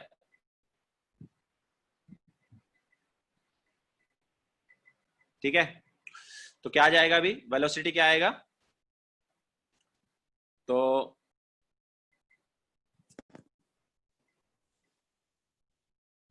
v square, sorry half mv square क्या था? 27.2 into 1.6 into 10 raised to power minus 19 joule. So v square will be 2 into 27.2 into 1.6 into 10 raised to power minus 19 divide by m। m की value क्या होगी? m की value क्या है? What is m? m is mass. किसका मास बताओ? किसकी velocity निकाल रहे हैं? इलेक्ट्रॉन की ना, तो इलेक्ट्रॉन का ही मास लिया जाएगा।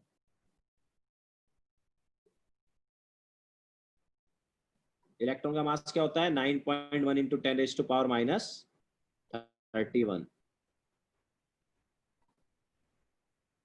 ठीक है, सो यहां से हमारे पास क्या आ जाएगा?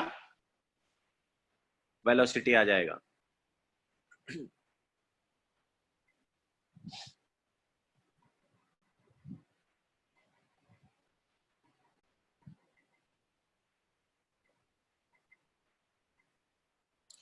हाँ, फ्री इलेक्ट्रॉन जो है वही निकलेंगे ना, तो वही फोटो इलेक्ट्रॉन बन जाएंगे। मतलब इलेक्ट्रॉन जब तक सरफेस से नहीं निकलेगा, बाहर नहीं आएगा, तो फोटो इलेक्ट्रॉन नहीं बोलेंगे, उसे इलेक्ट्रॉन ही बोलेंगे। इलेक्ट्रॉन जब सरफेस से बाहर निकल गया तो उसे फोटो इलेक्ट्रॉन बोल देंगे। तो मेटल में जो फ्री इलेक्ट्रॉन है वो निकलते हैं, और यहाँ पर हाइड्रोजन में तो एक ही इलेक्ट्रॉन है तो वो निकल जाएगा।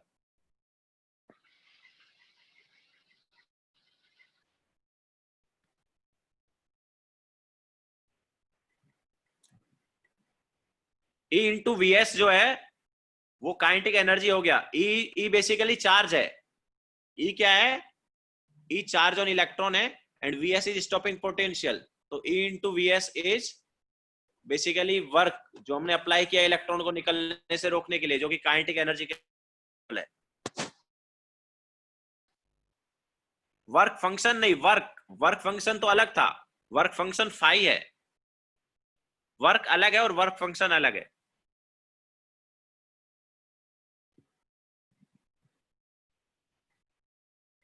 वर्क यहां पर वर्क मतलब एनर्जी। ठीक है, आगे चले। Now question number 36.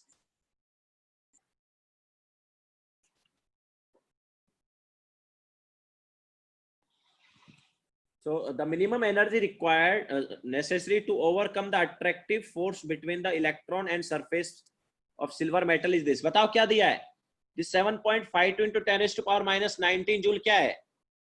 The minimum energy necessary to overcome the attractive force between electron and the surface of silver metal is this. क्या दिया है? वर्क फंक्शन दिया है ना. बेसिकली इसका इनडायरेक्टली मतलब यही हो गया कि इलेक्ट्रॉन को निकालने के लिए कितना एनर्जी रिक्वायर्ड है मिनिमम. ओके, सो क्या दिया है? वर्क फंक्शन दिया है 7.52 into 10 raised to power minus 19 joules. So this is work function given. So now what will be the maximum kinetic energy of electron ejected from silver which is being irradiated with ultraviolet light of wavelength 360 angstrom? Easy है. क्या आ जाएगा kinetic energy maximum? Energy given minus work function. Now what is energy given? तो देखो हमें lambda किस में दिया? Angstrom में दिया है, एंड फाई जो है जूल में है. तो जूल में तो सब जूल में ही निकाल लेते हैं. तो what is energy in joule? Energy is 2 into 10 raised to power minus 25. This is hc divide by lambda. क्या होना चाहिए फिर? मीटर में होना चाहिए ना.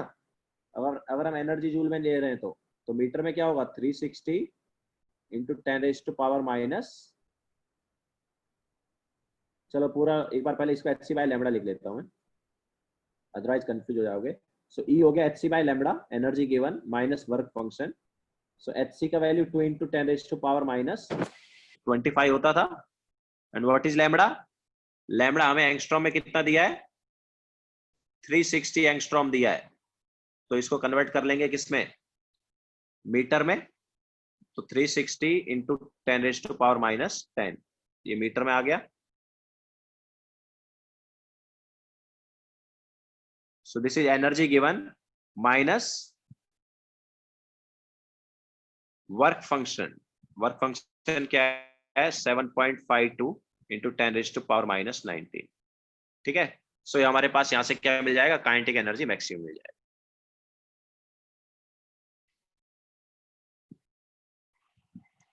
सो ये सब्जेक्टिव वाला पार्ट हो गया, फाउंडेशन बिल्डर सब्जेक्टिव. हाँ तनिष, बताया ना मैंने,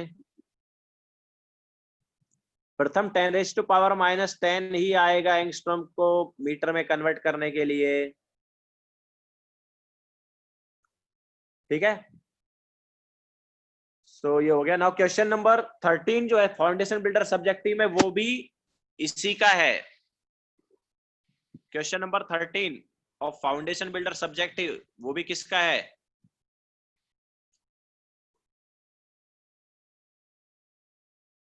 वो भी फोटो इलेक्ट्रिक इफेक्ट वाला ही है.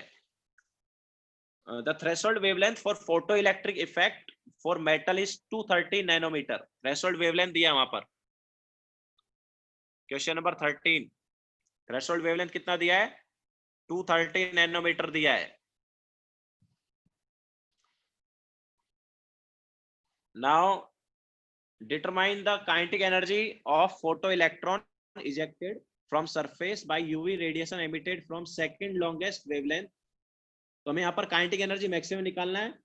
और एनर्जी कौन सा है देखो, तो वो बोल रहा है determine the kinetic energy of photo electron ejected from the surface, जिसका ऑब्वियसली थ्रेशोल्ड वेवलेंथ ये है.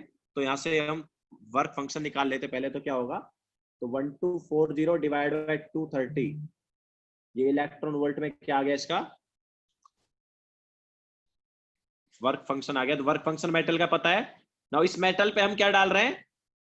इस मेटल पे हम फोटोन डाल रहे हैं. कितनी एनर्जी का डाल रहे हैं? तो वही देखना है कितने का डाल रहे हैं. So determine the kinetic energy of photo electron. Obviously metal का वर्क फंक्शन पता है हमें. इस मेटल पर हम फोटोन डालने वाले हैं. उस फोटोन की वजह से इलेक्ट्रॉन निकलेगा, तो उस इलेक्ट्रॉन का काइनेटिक एनर्जी निकालेंगे हम. बट वो फोटोन का एनर्जी क्या है वो पहले निकालना पड़ेगा. तो determine the kinetic energy of photo electron ejected from the surface by UV radiation emitted from the second longest wavelength of electron in Lyman series. second longest wavelength कौन सी होती थी लाइमन में? बताओ. लाइमन का second longest wavelength किसका होगा? किसी भी सीरीज में लॉन्गेस्ट किसका होता था, फर्स्ट लाइन की लास्ट लाइन? लॉन्गेस्ट किसका होता है किसी भी सीरीज में, फर्स्ट लाइन या लास्ट लाइन? फर्स्ट लाइन का लॉन्गेस्ट होता है, ठीक है। तो फर्स्ट लाइन का लॉन्गेस्ट होता है, तो फर्स्ट लाइन जो है वो आएगी लाइनमैन के लिए 2 से 1, this is first line. And second line कहां से कहां आएगी? सेकंड लाइन आएगी 3 से 1, ओके। सो फर्स्ट लाइन का वेवलेंथ सबसे ज्यादा, सेकंड लाइन का ऑब्वियसली सेकंड लॉन्गेस्ट हो जाएगा। तो हमें इस सेकंड वाली लाइन का एनर्जी चाहिए कितना है, तो क्या होगा बताओ, ये सेकंड के करस्पॉन्डिंग एनर्जी क्या होगा? याद है 3 से 1 का एनर्जी डिफरेंस क्या होता था? It is 12.09 electron volt. याद आया क्या? 3 से 1 में इलेक्ट्रॉन जंप करेगा तो कितना एनर्जी का फोटोन एमिट होगा? कितना एनर्जी का फोटोन एमिट होगा? 12.09 इलेक्ट्रॉन वोल्ट का एमिट होगा। तो अब ये 12.09 इलेक्ट्रॉन वोल्ट का फोटोन किस पे जाके गिरेगा? इस मेटल पर जाके गिरेगा, जिसका हमें वर्क फंक्शन ये मिल रहा है। कितना है भाई ये वर्क फंक्शन? 1240 डिवाइड बाय 230, कितना वर्क फंक्शन हुआ है?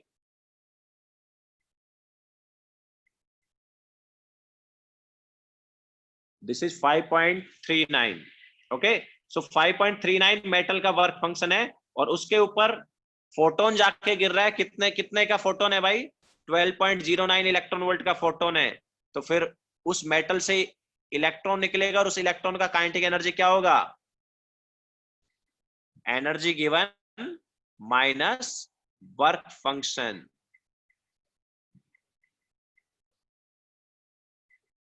तो ये हमारे पास आ जाएगा 6.7 इलेक्ट्रॉन वोल्ट।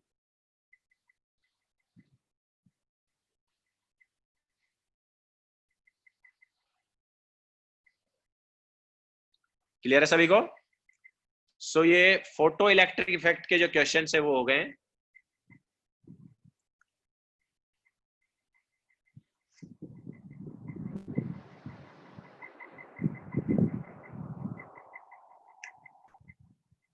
मेटल के केस में तनिष्क बाकी इलेक्ट्रॉन, मतलब जो इलेक्ट्रॉन निकलेंगे वही वही एक्चुअली फ्री इलेक्ट्रॉन होंगे, बाकी निकलेंगे ही नहीं।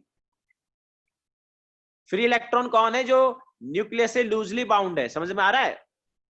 जिनका न्यूक्लियस से उतना अट्रैक्शन नहीं है, वही एक्चुअली में क्या एक तरह से फ्री इलेक्ट्रॉन है। वो उतने अच्छे से अट्रैक्ट नहीं हो पा रहे न्यूक्लियस से, और जनरली वो आउटर मोस्ट ऑर्बिट के ही रहेंगे।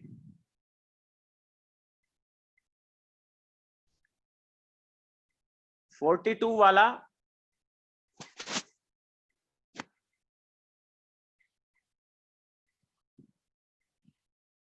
सब्जेक्टिव का question number 42। A proton is accelerated to 1/10 of the velocity of light. तो 1/10 of velocity of light क्या हो जाएगा? लाइट की वेलोसिटी क्या होती है? 3 into 10 raised to power 9, sorry 3 into 10 raised to power 8 meter per second. If its velocity can be measured with a precision, precision मतलब कि एरर है ना, वो बता रहे कि कितने से कितना एरर हो सकता है। So this delta v is plus minus 1% of v. ठीक है, डेल्टा वी की वैल्यू क्या है? Plus minus of 1% of v. अच्छा एक्चुअली वी हमने रॉन्ग ले लिया पहले। तो वी कितना लेना है हमें? What is v? V is 1/10 of speed of light. v कितना है? 1/10 ऑफ स्पीड ऑफ लाइट। तो 1/10 ऑफ स्पीड ऑफ लाइट कितना होगा? 3 into 10⁻⁷ होगा। ठीक है, सो स्पीड ऑफ लाइट का 1/10 जो है वो हमारे पास क्या एक्चुअल में, वो प्रोटॉन का वेलोसिटी दिया है उसने। और उसने क्या बोला है कि इस वेलोसिटी में भी एरर है। कितने का एरर है? प्लस माइनस 1% का है। मतलब इतने तक हम मेजर कर सकते हैं, प्लस माइनस 1% का फिर भी एरर हो जाएगा। ओके, जब हम मेजर करेंगे तो उसमें भी बोल रहा है प्रिसीजन ऑफ प्लस माइनस 1%, मतलब इतना एरर फिर भी आ जाता है मेजर करने के बाद भी। तो याद रखना, जब भी तुम्हें प्लस माइनस ये वाला पार्ट नहीं दिया हो, अगर वो प्लस माइनस ना देके जस्ट 1% बोलता ना, प्लस माइनस 1 ना करके जस्ट वो 1% बोलता, तो तुम इसको लिखते 1/100। इंटू 3 × 10⁻⁷ इतना हमारे पास हो जाता डेल्टा वी। लेकिन अभी उन्होंने देखो क्या कर दिया है, अभी उन्होंने तुम्हें +-1% दे दिया है। मतलब कि जो वेलोसिटी है वो इसका +1% ज्यादा भी हो सकती है और -1% कम भी हो सकती है। तो बेसिकली इससे +1% ज्यादा वेलोसिटी रखो और इससे -1% कम वेलोसिटी रखो, तो देखते हैं कितना है। तो वेलोसिटी कहां से कहां जाएगी, तो ये हमारे पास होगा, इस रेंज में रहेगी।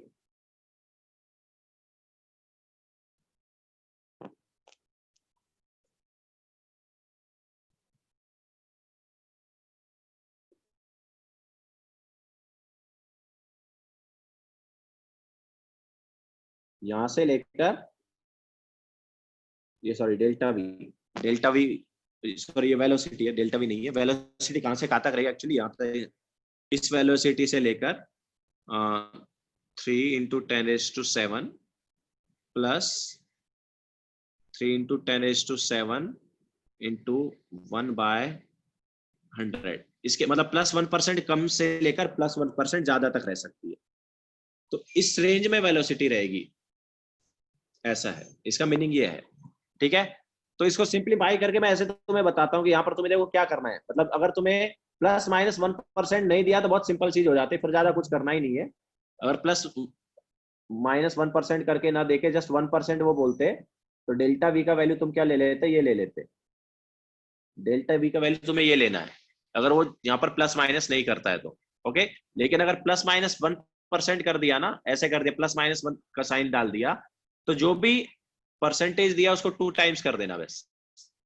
ठीक है, अगर हम प्लस माइनस नहीं लेते हैं तो ये हमारे पास हो जाता है डेल्टा वी, लेकिन प्लस माइनस दिया है क्वेश्चन में तो यहाँ पर 2 से मल्टीप्लाई कर देना। ये इसका कंक्लूजन है जो मैं तुम्हें बता रहा हूँ, याद रखना है। जनरली वैसे प्लस माइनस नहीं देगा, बट इस क्वेश्चन में प्लस माइनस दिया है ना, तो तुम्हें क्या करना है, जो भी परसेंटेज आ रहा है उसको 2 से क्या कर दोगे, मल्टीप्लाई कर दोगे। तो डेल्टा वी क्या है, it is +-1% of v. V कितना है, 3 × 10⁻⁷। इसका 1% क्या होगा, 3 × 10⁻⁷ का 1% ये, एंड +-1 की वजह से 2 से मल्टीप्लाई कर देंगे। तो ये हमारे पास कितना आ गया डेल्टा वी, इट इज 6 × 10⁵ सो ये हमारे पास डेल्टा वी हो गया। now हमें डेल्टा वी पता है, निकालना क्या है, निकालना है अनसर्टेनिटी इन पोजीशन। तो डेल्टा एक्स निकालना है। डेल्टा एक्स क्या होगा, h/4πm इंटू डेल्टा वी, यही होगा ना। तो क्या आएगा ये 6.62 into 10⁻⁻34 divide by 4 into pi का वैल्यू 3.14। चार्ज क्या, सॉरी मास क्या होता था प्रोटॉन का, याद है, 1.67 इंटू 10⁻27 ये मास होता था प्रोटॉन का, इंटू डेल्टा वी क्या है 6 इंटू 10⁵। तो यहां से हमें क्या मिल जाएगा, डेल्टा एक्स मिल जाएगा।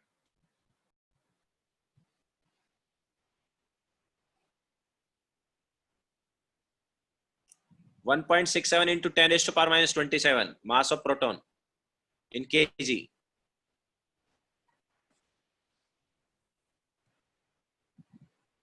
क्लियर है सभी को?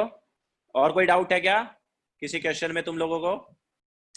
सॉल्यूशन हमने सेंड कर दिए थे।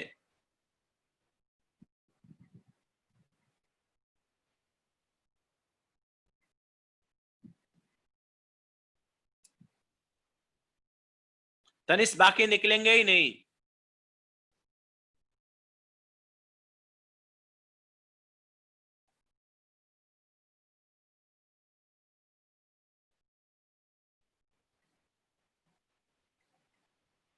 तनिष के टावर्ट जो तुम बोल रहे हो वो एक बार फिर से रिकॉर्डिंग देख लेना, उसका लास्ट लेक्चर का, समझ में आ जाएगा।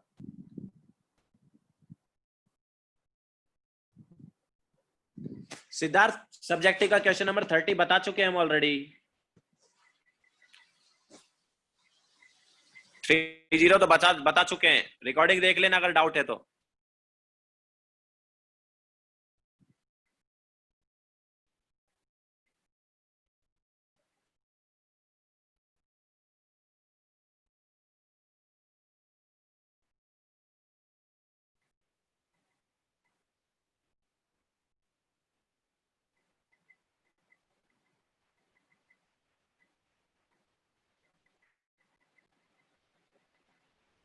ठीक है, और किसी को कोई डाउट है? सब्जेक्टिव का क्वेश्चन, ऑब्जेक्टिव का 60 क्वेश्चन वगैरह हो गया क्या? फाउंडेशन बिल्डर ऑब्जेक्टिव का 57 से 60 वाले क्वेश्चन हो गए? किसी को डाउट नहीं है ना?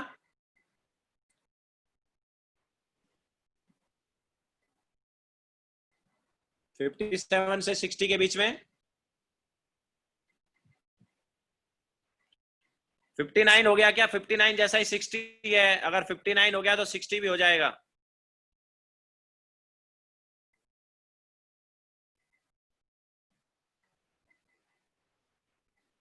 देन हो जाएगा वो भी। 60 वाला भी 59 जैसा ही है ना यार।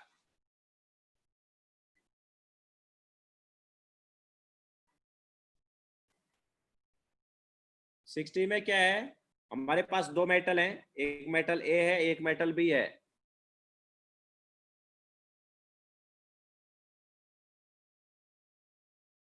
तो इस पर हम 2 इलेक्ट्रॉन, अच्छा इसका हमें वर्क फंक्शन दिया है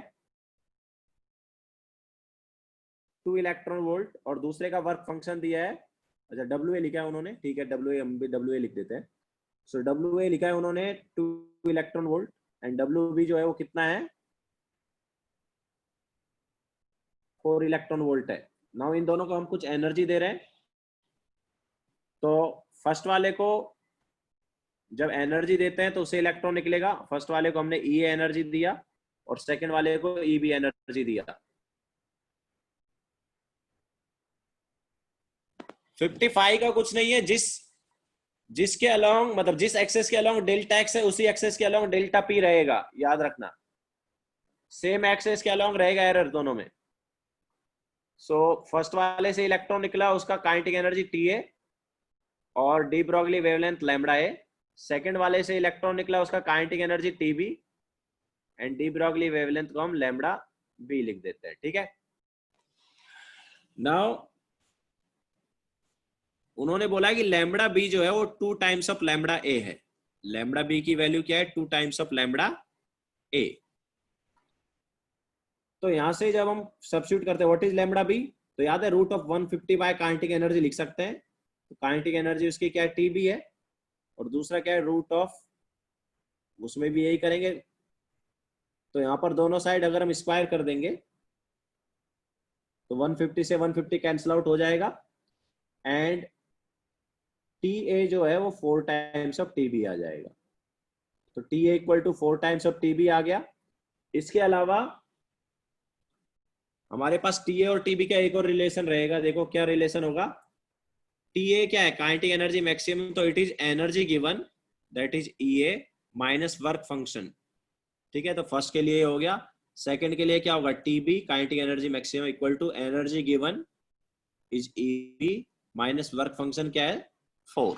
ओके, सो ये भी हमारे पास इक्वेशन है। तो टी ए टी बी का एक इक्वेशन ये एक ही है, और एक हमें यहाँ पर ई ए और ई बी में रिलेशन दिया हुआ है, ठीक है। चलो एक बार सब्स्टिट्यूट कर लेते हैं टी ए टी बी यहाँ पर। तो T A equal to 4 times of T b आना चाहिए, means e a minus 2 should be equal to क्या होना चाहिए? 4 times of T b. What is t B?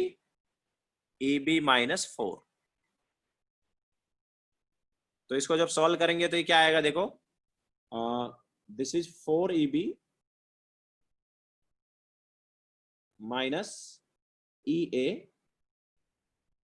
Is equal to minus 16, yes 14 हो गया शायद ये। So 4 e b minus e a is equal to क्या हो गया? 14 हो गया। नाउ हमें ई बी और ई ए का एक रिलेशन दिया है, उसको यूज करेंगे। तो क्या दिया है relation? E b is equal to e a plus 0.5, and हमारे पास यहाँ पर क्या आया था एंड में? यहाँ पर आया था 4 e b minus e a, 4 e b minus e a equal to 14 आया था, ठीक है। तो क्या करें यहाँ पर? सब्स्टिट्यूट कर दें ई बी का वैल्यू, तो 4 times of E a plus 0.5 minus e A is equal to 14. So this is 4 EA plus 2 minus EA is equal to 14. So 3EA is equal to 12. तो EA क्या आ गया? EA आ गया यहां से 4 electron volt. ठीक है, this is EA। Now what is EB? तो EB के लिए ऑब्वियसली ये हमारे पास है ही, तो EB क्या हो जाएगा? EB is 4 plus 0.5, that is 4.5 electron volt. सो ये EB आ गया। Now what is kinetic?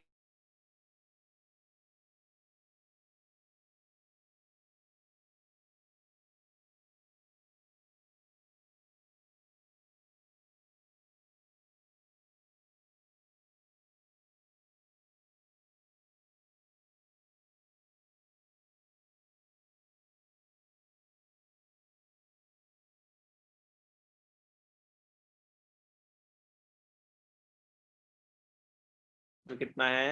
4। So 0.5 electron volt. तो हमारे पास TATB भी आ गया। अब TATB आ गया तो ऑब्वियसली स्टॉपिंग पोटेंशियल आ सकता है। तो स्टॉपिंग पोटेंशियल कैसे निकालेंगे? तो E into VA is equal to क्या है? TA। Okay, E into VA क्या है? TA है। तो यहां से VA का जो वैल्यू है वो 2 वोल्ट आ जाएगा। और सिमिलरली E इंटू VB क्या करोगे? TB करोगे, तो वहां से VB का वैल्यू 0.5 वोल्ट आ जाएगा।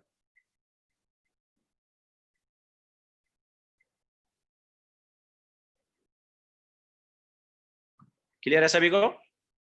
तो इस टाइप से क्वेश्चन नंबर 60 होगा।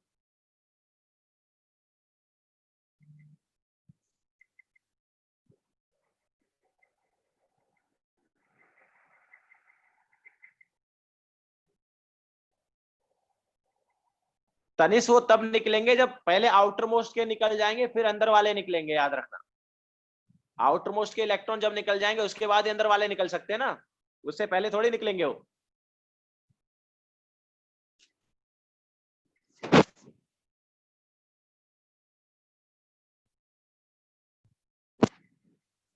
ठीक है, सो लेक्चर खत्म करें। ओके, मैं सेंड कर देता हूं।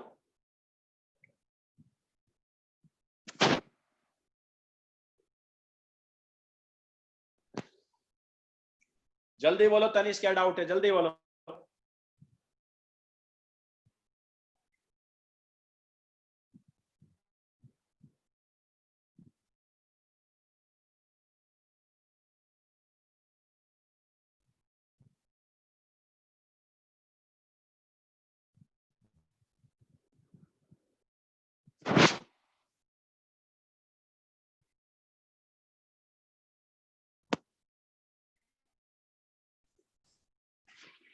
वापस शॉर्ट में समझा दे। अरे यार शॉर्ट में ही था, एक बार रिकॉर्डिंग देख लेना आप फिर से।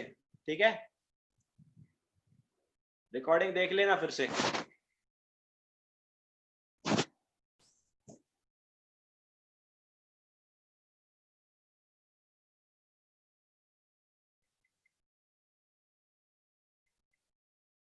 तनिष वो आउटर में भी हो सकते हैं, या हो सकता है कि एक आउटर में हो और एक अंदर वाला हो।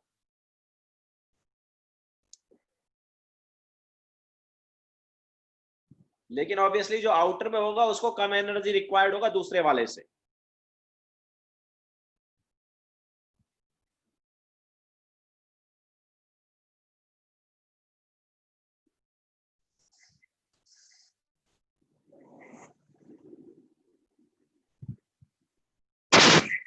ठीक है, सो लेक्चर एंड करते हैं।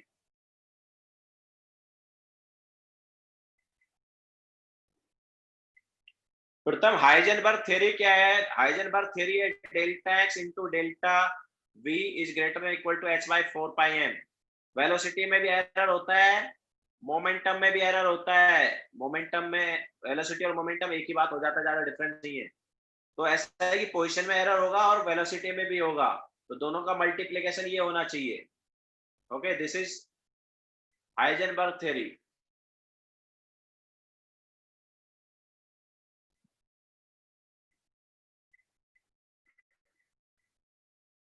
हाँ तनिष्क, अगर पहले सबसे बाहर वाला निकल गया तो उसके बाद बाकी इलेक्ट्रॉन की वजह से भी फोटो इलेक्ट्रिक इफेक्ट हो सकता है, लेकिन उसके लिए ज्यादा एनर्जी चाहिए होगा।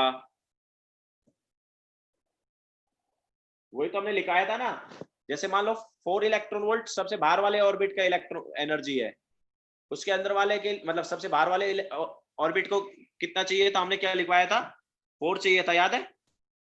उसके अंदर वाले को हमने बोला था कि 6 चाहिए था, ऐसा कुछ था ना शायद, या 2 और 4 का पता नहीं कौन सा एग्जांपल लिया था मैंने, मुझे याद नहीं है। बट वही है कि सबसे बाहर वाले ऑर्बिट वाले इलेक्ट्रॉन को ज्यादा एनर्जी चाहिए, उसके बाद वो निकल गया तो उससे उसके बाद दूसरे इलेक्ट्रॉन निकलेंगे, उनको उससे भी ज्यादा चाहिए होगी।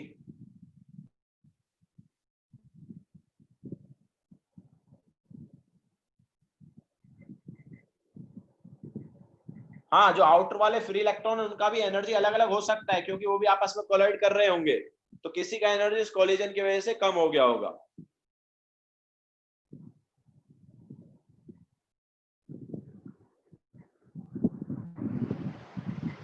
होगा, जनरली कोलिजन करते हैं तो कम होगा, किसी ना किसी का कम होगा।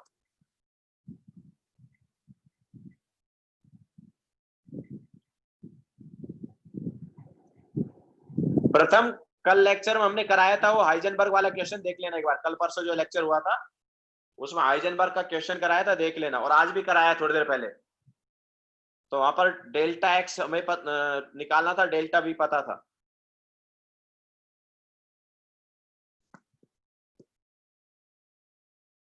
तनिष्क, फ्री इलेक्ट्रॉन जो है उनसे ज्यादा ही एनर्जी रिक्वायर्ड होगा बाकी इलेक्ट्रॉन के लिए। फ्री इलेक्ट्रॉन मतलब सरफेस के पास में जो इलेक्ट्रॉन होगा वो फ्री रहेगा।